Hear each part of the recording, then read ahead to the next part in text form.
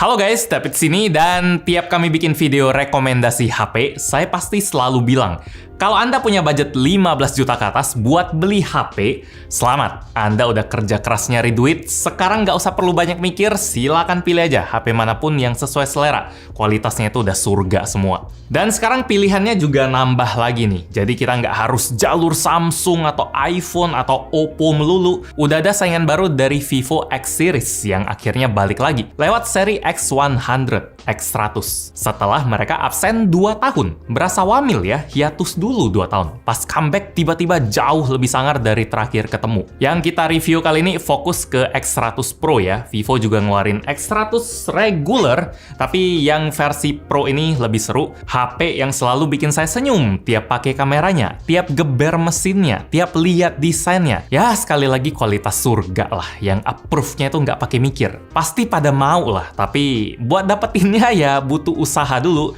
Coba kita lihat desainnya yang serba inspirasi dari langit ya. Kayak dari warnanya, yang hitam ini namanya Asteroid Black. Teksturnya matte licin-licin, ada banyak titik mengkilat kayak manik-manik biar ceritanya tuh mirip bintang gitu. Terus ada juga yang biru namanya Star Trail Blue. Dia cuma ada di varian X100 regular ya, by the way. Ini sesuai namanya, Star Trail, jejak bintang. Ada garis-garis ngelingkar kayak time-lapse gerakan bintang gitu. Desain kameranya juga, kalau kita perhatiin lensanya kayak nggak pas di tengah ring silvernya ya, agak geser ke atas. Ini bukan salah desain atau salah cetak, atau sebenarnya ya salah desain terus Vivo-nya ngeles. Saya nggak tahu juga. Cuma Vivo bilang kalau desain kameranya ini ngikutin bentuk gerhana matahari atau gerhana bulan yang hampir sempurna. Ini keren sih. Apalagi kalau kita tahu squad lensanya, tambah ngeri lagi. Ini yang jadi andalan nomor 1 di seri X100. Di X100 Pro lensanya ada 3 plus 1 bonusan di bawah biar kelihatan imbang gitu. Info dari Vivo pun di websitenya mereka nggak nyebutin apa-apa soal kamera di bawahnya, jadi kita skip aja. Kita fokus ke 3 kamera yang lain. Di sebelah kiri ada main kamera Zeiss 50 megapiksel dengan sensor 1 inci IMX989. Atas ada ultra wide angle kamera dan kanan ada Zeiss APO telefoto kamera 4,3 kali optical zoom. Ini setara kayak focal length 100 mm lah. Resolusinya 50 megapiksel dan ukuran sensornya 0,5 inci. Nggak lupa juga ada logo Zeiss T-Star buat ngasih tahu kalau Vivo tetap kolaborasi sama Zeiss buat coating lensa sama tuningan kamera di dalamnya.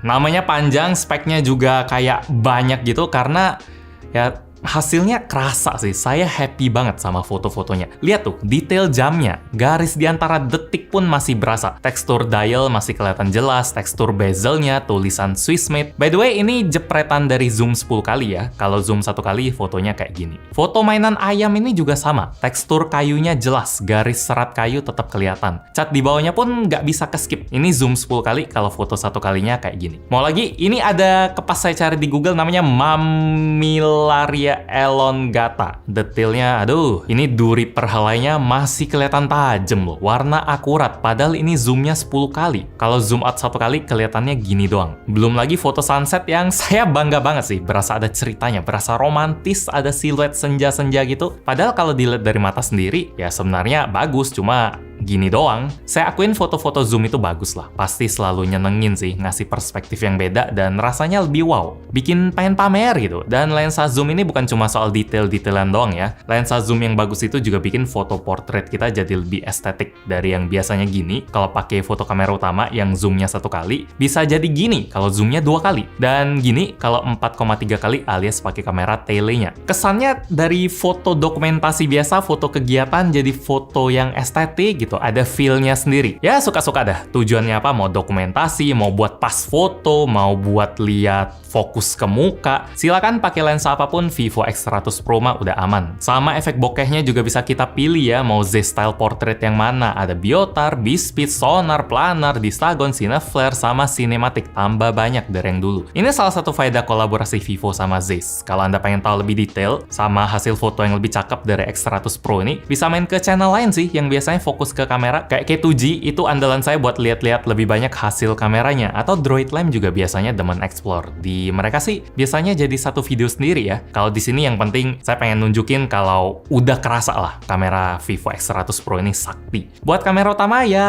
nggak usah ditanya sih, udah wajib bagus di segala situasi. Dari dynamic range, detail, warna, dan lain-lain udah enak di mata. Mau fotonya siang-siang, malam, dalam ruangan, jos. Buat kamera ultrawide-nya sendiri udah bagus kalau kita foto siang-siang. Indoor juga tetap oke, warnanya tetap kejaga, tapi mulai ada sedikit sharpening ya. Dan pas malam-malam nih, kamera ultrawide-nya jadi bagian yang buat saya paling lemah dari sistem kamera X100 Pro. Warnanya tetap oke, tapi detailnya udah mulai hilang, mulai halus. Nggak semantap dua kamera lain yang standarnya itu mentok.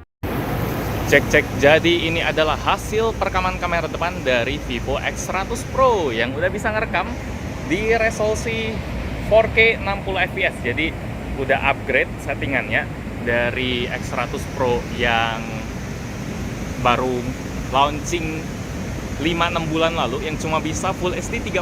Itu settingan yang malu-maluin sih, untung nggak dikeluarin waktu itu di Indonesia. Pas udah upgrade settingannya udah maksimal gini baru Vivo Indonesia launching. Kalau nggak reviewnya bakal kacau deh. Sekarang udah mantep. Cuma satu aja kalau bisa di-update lagi, satu fitur yang mewah sih, fitur yang ini nih. Jadi kalau kita ngerekam kamera depan, langsung switch ke kamera belakang, lagi ke kamera depan. Tapi ini cuma bisa dilakuin kalau settingannya 4K 30, bukan 60 kayak yang tadi. Jadi kalau bisa di-update ke 60 juga, jadi semua settingan bisa, kan keren ya. Dimensity 9300 yang kenceng itu udah aman, udah pasti sanggup, cuma settingannya aja. Buat kamera depan udah bisa, kenapa flipnya nggak bisa? Vivo buktiin lah kalau yang maksimal. Saking kuatnya mesin sama kamera di X100 Pro ini, kita juga bisa pakai fitur Cinematic Portrait yang sesuai namanya, dia bisa bikin video berasa lebih sinematik, bisa pindah-pindah fokus manual atau otomatis. Ada efek bokehnya juga biar lebih estetik, berasa all in tuh.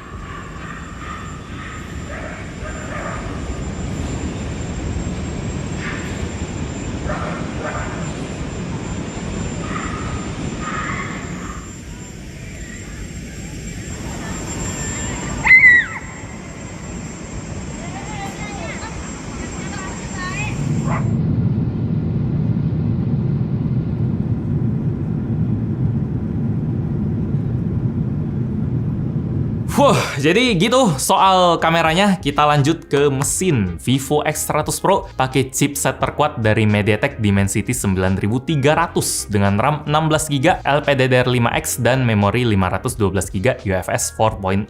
Kombinasi mesin begini bisa dapetin skor Antutu 10 sampai 2 juta lebih. Udah mirip-mirip kayak Snapdragon 8 Gen 3 ini. Performa gamingnya juga mirip. Semua game mah ya geli-geli doang sih kalau udah level kayak gini. Mau MLBB ya unlock setting mentok kanan ultra 120 frame per second, puas-puas ngerengnya. Enak juga buat lihat grafik rata kayak gini. Buat PUBG juga bisa smooth ultra extreme alias 120 fps. Nggak ada masalah sama sekali sih. Saking gampangnya jadi agak membosankan ya. Bahkan Genshin Impact Android perlu tantangan baru nih Pak. Setting highest nggak pakai cooler sama sekali, main di ruangan AC sekitar 24-25 derajat, kayak situasi review kami yang biasa, stabil 59,5 frame per detik. Bagian paling panas cuma 41 derajat doang di bagian depan, di belakangnya malah terlalu aneh, bisa di bawah 40 derajat. Aneh sih, asli, selalu bagus, sampai saya tes 2 kali.